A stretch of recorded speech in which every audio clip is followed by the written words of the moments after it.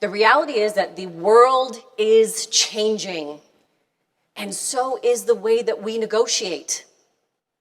Those moments of cold behavior don't go over so well anymore. People respond to curiosity and empathy. They respond to relationship building and problem solving and connection. And that old way of doing things doesn't fly anymore because we are now not tolerating being spoken down to.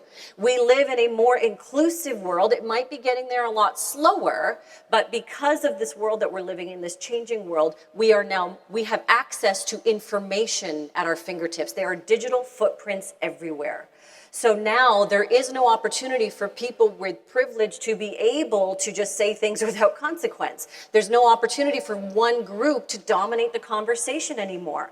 Because we're changing, we need to think about these relationships a little bit more carefully and people's tolerance for it. We need to lean on that curiosity and empathy a little bit more, because even those colder transactions like an Uber ride or eating at a restaurant, those have reviews of both parties that live forever, right? Even in these cold transactional things. So even though your negotiations may not be warm and fuzzy, you still have to think about what are the consequences of the people that I am dealing with? What are the consequences of the way that they are reacting and their emotions to what is happening in this room?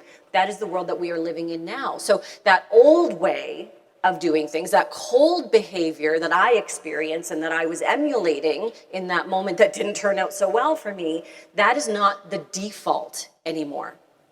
And that is great news for the people that I deal with all the time, for the people who I meet all the time who shy away from negotiating because they're worried and catastrophizing that it could end up really poorly for them as well.